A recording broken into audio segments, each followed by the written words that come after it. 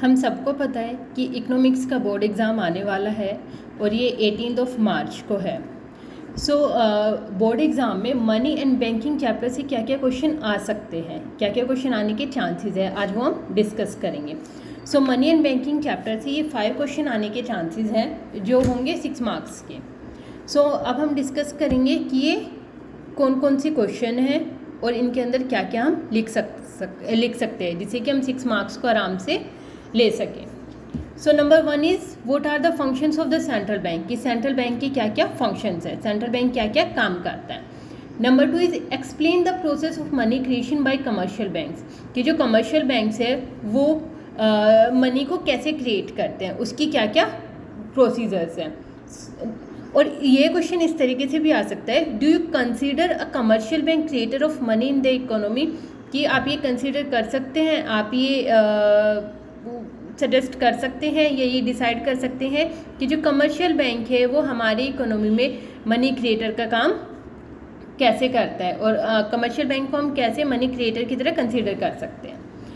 Number 3, what are the instruments of monetary policy of RBI, जो RBI है, Reserve Bank of India है, उसके क्या क्या मॉनेटरी पॉलिसीज़ है, क्या क्या मॉनेटरी टूल्स है जिसके थ्रू वो जो आरबीआई है वो मॉनेटरी पॉलिसी को कंट्रोल करने के लिए, मॉनेटरी पॉलिसी को बनाए रखने के लिए क्या क्या टूल्स यूज़ करता है या क्या क्या इंस्ट्रूमेंट्स यूज़ करता है। यह क्वेश्चन इस तरीके से भी आ सकते हैं, how does the central bank of the country control the supply of money in the economy, कि जो सेंट्रल बैंक ऑफ इंडिया है वो हमारे इकोनॉमी में मनी सप्लाई को कैसे कंट्रोल करता है, क्या क्या टूल्स यूज़ करता है। दैट्स मीन जैसे कौन कौन से क्वान्टिटेटिव टूल्स यूज़ करता है या कौन कौन से क्वालिटेटिव टूल्स यूज़ करता है। Next is what is meant by money supply, कि मनी सप्लाई का मतलब क्या है। And M1 measure of money supply, की मनी सप्लाई के जो मेजर्स होते हैं M1, M2, M3, उनमें M1 क्या है। Next is what is money supply, same. And explain the function of money, कि मनी सप्लाई क्या है और मनी के क्या क्या फंक्शंस हैं। तो हम ये आज 5 क्वेश्चन डिस्कस करेंगे और इनके आंसर्स भी देखेंगे कि इनके आंसर्स को हम कैसे लिख सकते हैं जिससे कि हमें इजीली ये मार्क्स मिल जाए। Number 1, what are the functions of the central bank. हमारा जो फर्स्ट क्वेश्चन है उसमें हमें बताना है कि सेंट्रल बैंक के क्या क्या फंक्शंस हैं, लेकिन हम उससे पहले डिस्कस करेंगे कि what is central bank, central bank क्या है और ये कैसे काम करता है। जो सेंट्रल बैंक है हमारी कंट्री का, इंडिया का जो सेंट्रल बैंक है वो है RBI, reserve Bank of India. जो रिजर्व बैंक ऑफ इंडिया है वो हमारी कंट्री का अपेक्स बैंक है। दैट्स मीन हमारी कंट्री का जो सबसे बड़ा बैंक है वो है आरबीआई। और जो आरबीआई है उसका मेन काम क्या है, हमारी इकोनॉमी में मनी सप्लाई को रेगुलेट करना, जिससे कि जो भी बैंकिंग सिस्टम है या जो भी इकोनॉमी है वो स्मूथली रन कर सके। सेंट्रल बैंक के काफ़ी सारे फंक्शंस हैं जिसमें हम 1 by 1 डिस्कस करेंगे। Number 1 is bank of issuing notes. जो आरबीआई है, जो सेंट्रल बैंक है हमारी कंट्री का, उसके पास करेंसी इशू करने का राइट है। That's mean RBI currency authority of function of the central bank है। दैट्स मीन जितनी भी करेंसी इशू होती है हमारी इकोनॉमी में, हमारी कंट्री में जितने भी नोट्स इशू होते हैं वो सब आरबीआई करता है, एक्सेप्ट 1 रुपी नोट, क्योंकि 1 रुपये का जो नोट होते हैं और जितने भी कॉइन्स होते हैं वो सेंट्रल बैंक नहीं, उसको गवर्नमेंट इशू करती है। 1 रुपये का नोट और जितने भी कॉइन्स हैं उन सबको छोड़कर जितने भी नोट्स होते हैं उन सबको इशू करता है आरबीआई। बेसिकली इसका मोनोपोली राइट है। Next number, bank to the government. RBI को हम बैंक टू द गवर्नमेंट भी कहते हैं क्योंकि आरबीआई गवर्नमेंट के बैंक की फॉर्म में भी काम करता है। आरबीआई बेसिकली गवर्नमेंट का एक बैंकर होता है, एजेंट होता है और एक फाइनेंशियल एडवाइज़र भी होता है। जब भी गवर्नमेंट को एक एडवाइज़र की ज़रूरत होती है, फाइनेंशियल एडवाइज़र की, तो आरबीआई उसमें भी उसकी हेल्प करता है। जैसे as a banker to the government it manages account of the government. Government के जो भी अकाउंट्स होते हैं उन सबको आरबीआई मैनेज करता है, उन सब की देखभाल आरबीआई करता है। As an agent to the government it buys and sell security on behalf of the government. Government के बिहाफ पे जितनी भी सिक्योरिटीज़ को खरीदना या बेचना होता है वो सब आरबीआई करता है। An adviser to the government, it frames policy to regulate the money market, money market को रेगुलेट करने के लिए कि मनी मार्केट में इन्फ्लेशन ना हो, डिफ्लेशन ना हो, तो उन सब में बैलेंस बनाए रखने के लिए, रेगुलेट करने के लिए जितनी भी पॉलिसीज़ होती है वो गवर्नमेंट की तरफ से आरबीआई बनाता है, फ्रेम करता है। Now next number 3, bank and supervisory role.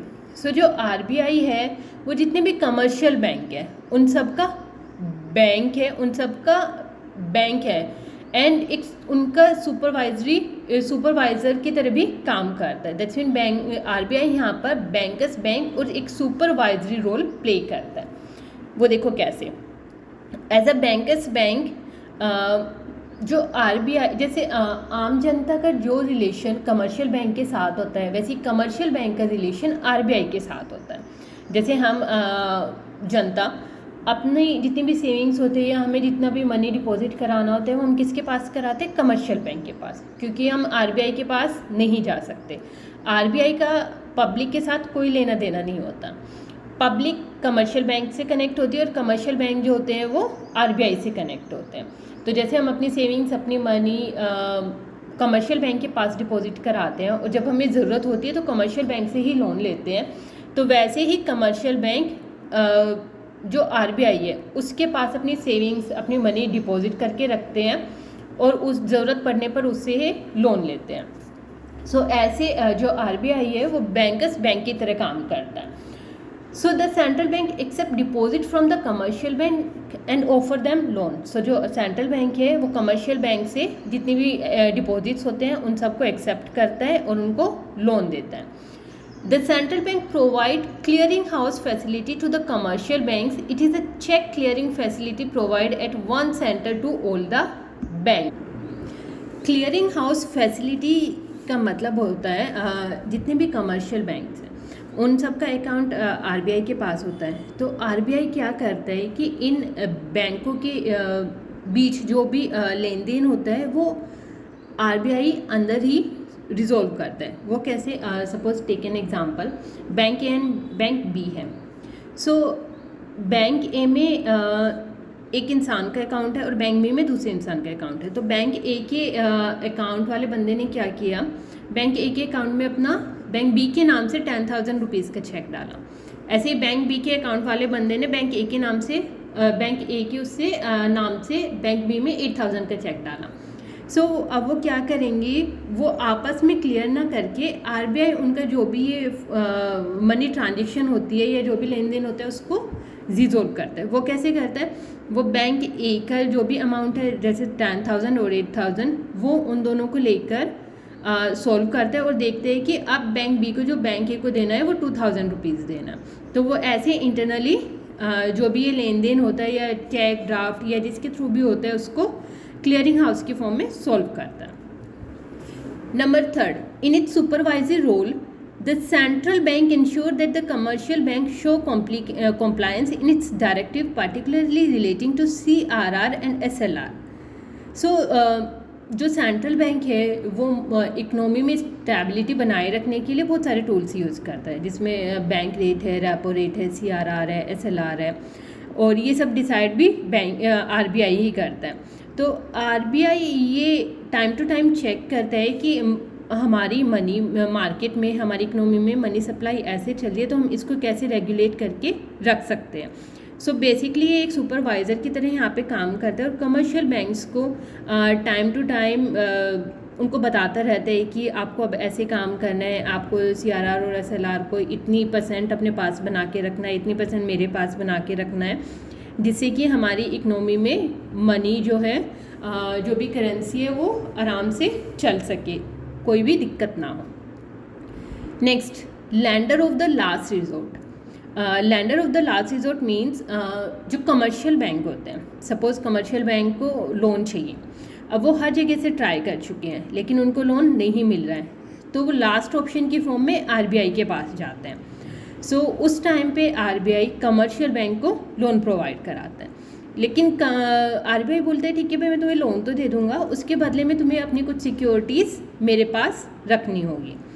So commercial bank अपनी कुछ सिक्योरिटीज़ आरबीआई के पास रखते हैं और RBI lender of the last resort means एक लास्ट ऑप्शन की फॉर्म में उन कमर्शियल बैंक को लोन प्रोवाइड कराता है, जिससे कि जो बैंकिंग सिस्टम है हमारी कंट्री का वो आराम से स्मूथली चल सके, उसमें कोई भी प्रॉब्लम ना हो और जो मनी मार्केट है वो स्टेबल बनी रहे, उसमें इन्फ्लेशन या डिफ्लेशन जैसी कोई भी प्रॉब्लम ना आए। Next, custodian of foreign exchange. Custodian of foreign exchange का मतलब है कि हमारी कंट्री में जो भी फॉरेन करेंसीज रखी जाती है, जो भी फॉरेन रिजर्व्स होते हैं, उन सबको आरबीआई मेंटेन करके रखता है। सो बेसिकली जो फॉरेन करेंसीज की फ्लोटिंग होती है उसको मैनेज करता है, इसके जिससे कि हमारी जो करेंसी है वो किसी और जो करेंसी है वो भी आराम से अपने एक फ्लो में चलती रहे और इंटरनेशनल मनी मार्केट में हमारी मनी की डिवैल्यूएशन ना हो। और आरबीआई ही हमारी कंट्री की बिहाफ पे जितने भी फॉरेन करेंसीज के रिजर्व्स होते हैं वो अपने पास रखता है और एक स्टेबिलिटी बना के रखता है, जिससे कि डोमेस्टिक करेंसी स्मूथली फ्लोट कर सके और इंटरनेशनल मनी मार्केट में भी स्मूथली चल सके बिना किसी प्रॉब्लम के। Next, clearing house function. So clearing house function means वही कि सपोज दो बैंक है, bank A and bank B. अब bank A and bank B में, बैंक ए में एक इंसान का अकाउंट है, बैंक बी में दूसरे इंसान का अकाउंट है। सो बैंक ए को, बैंक ए का जो अमाउंट है 10,000 रुपीज़ वो बैंक बी के उस में जमा है और जो बैंक बी का अमाउंट है 8,000 रुपीज़ वो बैंक ए के अकाउंट में जमा है। तो यहाँ पर क्या करेंगे, वो डायरेक्टली आपस में लेन देन ना करके वो आरबीआई के थ्रू लेन देन करेंगे। वो कैसे? Okay, let's take an example. वो क्या करेंगे, अब यहाँ पे आरबीआई क्या करेगा, आरबीआई बैंक ए का जो 10,000 रुपीज़ है और बैंक बी का जो 8,000 रुपीज़ है उनको आपस में देना है। तो आरबीआई क्या करेगा, 8,000 आपस में सेटलमेंट करा देगा और जो 2,000 रुपीज़ है वो दूसरे बैंक के अकाउंट में ट्रांसफ़र कर देगा, जिससे कि जो उनका बैलेंस है वो बना रहे और उनका जो भी अमाउंट है वो क्लियर हो जाए।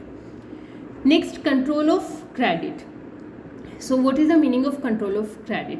कंट्रोल ऑफ क्रेडिट का मतलब है the principal function of the central bank is to control the supply of credit in the economy, कि हमारी इकोनॉमी में जो भी क्रेडिट सप्लाई होता है, जो भी मनी सप्लाई होता है, उसको कैसे कंट्रोल करके रखा जा सके, जिससे कि इन्फ्लेशन और डिफ्लेशन की प्रॉब्लम ना हो।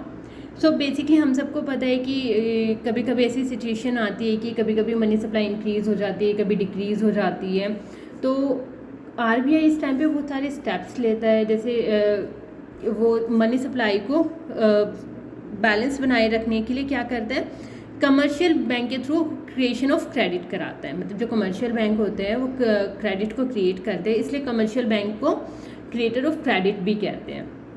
सो the central bank needs to the control the supply of money to cope with the situation of inflation and deflation.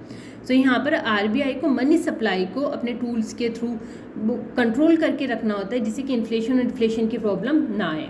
क्योंकि हम सबको पता है कि क्या होता है कि जब भी ऐसी प्रॉब्लम आती है तो हमारी कंट्री में, हमारी इकोनॉमी में कभी महंगाई बहुत ज़्यादा बढ़ जाती है या पैसों की वैल्यू, पैसे लोगों के पास नहीं होते तो वो चीज़ों को नहीं खरीद पाते हैं, तो ऐसे बहुत सारी प्रॉब्लम इकट्ठी हो जाती हैं।